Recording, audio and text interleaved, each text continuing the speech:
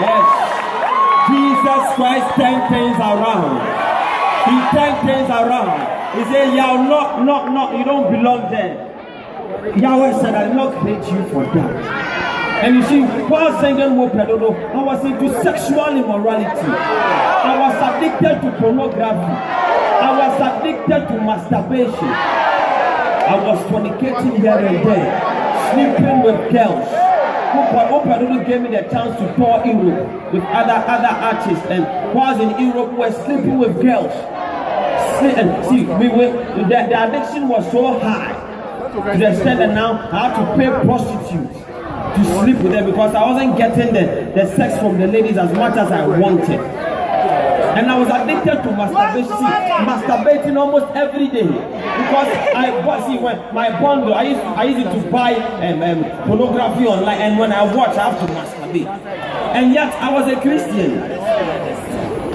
You see, and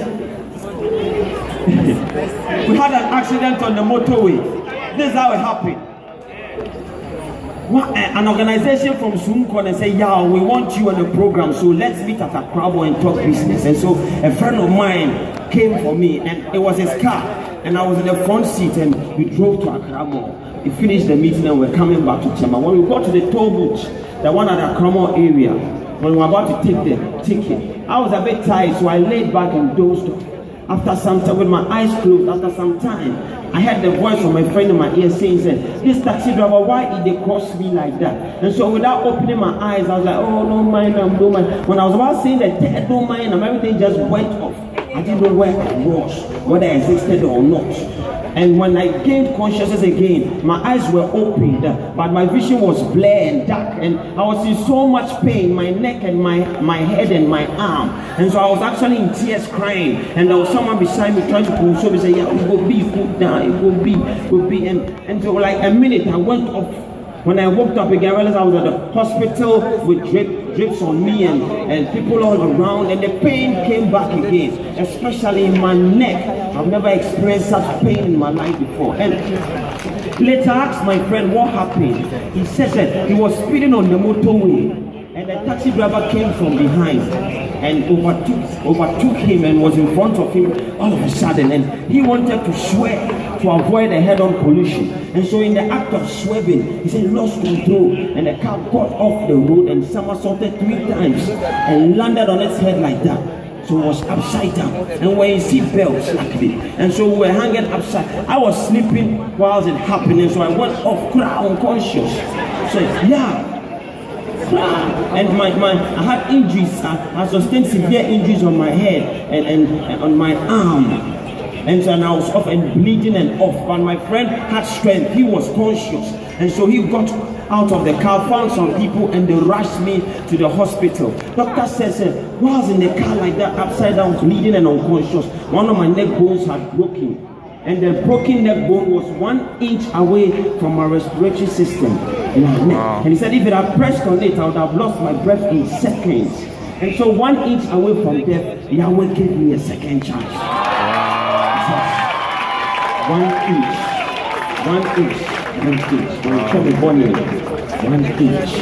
And doctor says for my neck to work again, they will have to do an operation on my neck, the special metal wires and screws.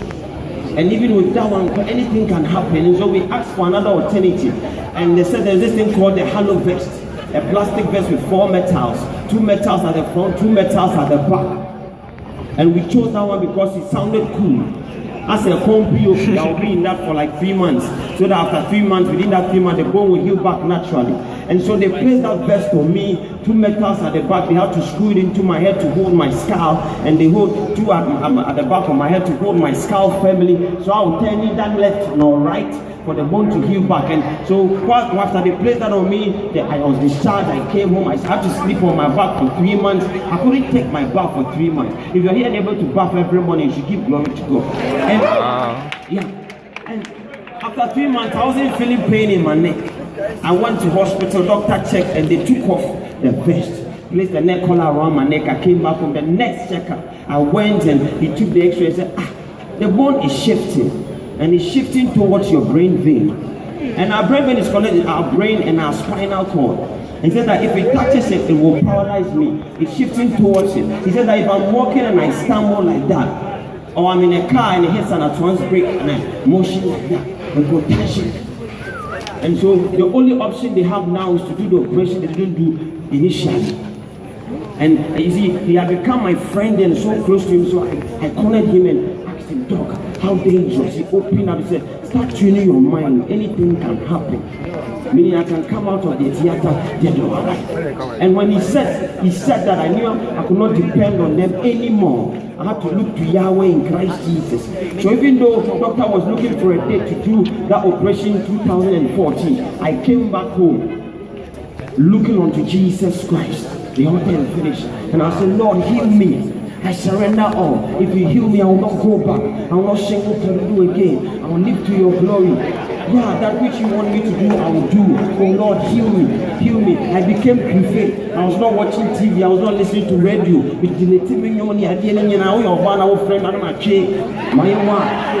I'm looking for my healing, Charlie. And while I was praying one Sunday, I woke up from my sleep and I was sitting up on my bed, and then suddenly came to me and said, read Bible. So I stretched out my arm to touch the Bible, and then I heard 103 verse 3. So he said, read Psalms. So I was about touching the Bible and I heard 103 verse 3. So I checked Psalm 103 verse 3 and said, who forgives all your iniquities? Who heals all your diseases? And I'm like, wow. I've been praying for my healing, and I heard from God, and I checked according to his word. Said I'm forgiven and healed. So my hopes were high, my vein was high. When I went for the next checkup, I knew I'm healed. Doctor checked and said, we still have to do the operation. If not, it can paralyze you. I'm like, God gave me a message some few days ago and said, I'm forgiven and healed, so I am healed. He says, no, but this is what I see. We have to do the operation. If not, you will paralyze. And you see, Wakohu School, and he's one of the best in Ghana. Anytime I go to 37 and I'm there to see him and he's not there, unless another woman from the Middle East.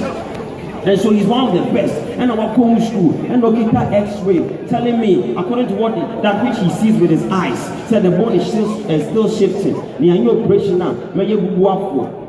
And I'm in a home school, and I'm in the catch show and showing me the X-ray, and God is telling me the truth. Said, he has told me the truth, said, this is the truth. According to my word, you are forgiven and healed. Doctor says, no, this is the fact that I see in the X-ray. If you don't do the operation, you will paralyze. So I have to either choose to believe what God is saying or the fact which the doctor is saying. And so it was hard for me. I came back home and I finally chose to say, I will believe in what the Lord told me the truth.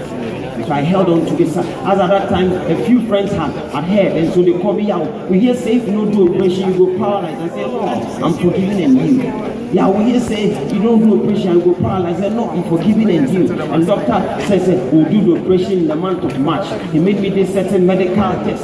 They took the money, they were importing the screws, the special metal ones in screws to do the operation. So I was confessing, I'm forgiven and healed. I'm forgiven and healed. And one time at church, for the first time, we're having an anointing service. For the first time, no one even touched me. I became light. So falling, and I wanted to stand still, but I realized no, I had to let go, and I fell for the first time. That day I fell 3 times. And then I woke. And the following day I went for a checkup. Doctor took the X-ray, the first X-ray. He couldn't see anything. He wrote another request, said, go and bring, and I brought it. I realized it was a bigger scan. And he said, let's go to my office. Went to his office, he called another doctor, and they sat and they were discussing, and then he turned to me and said, this is complex. Let us start the operation, you can go back home. And I asked him, is it peace? He said, yes, it's peace. Oh, do it better to Jesus Christ. Do it better to Yahweh. Yeah. And you see, I only have 5 minutes left. I wish I can do 2 songs in addition. I wish I can finish this testimony, and as soon as I entered here, the Lord placed something on my heart. He said sexual immorality. And you see, he was making me feel it in my spirit so bad. He was making me feel the filth. Yes. See, I was feeling the filth in my spirit. See, Jesus Christ is broken. His heart is broken. because those people he made righteous, some are fornicating, some are into sexual immorality, and he loves us so much. In Christ Jesus, we are not sinners. In Christ Jesus, we are not under sin. We are not slaves to sin. We make no provision for the flesh to fulfill its lust. Rather, we flee from sexual immorality. So, say flee. Flee. Oh yeah, we have to flee, please. We have to flee. Sexual. As soon as we entered here, it was in my spirit, all over my spirit. Whilst walking here, sexual immorality. Charlie. Oh, somebody say, I'm coming out. Say, I am out. Say no more. In Jesus' name. So, thank you. Please help me do that song. Thank you.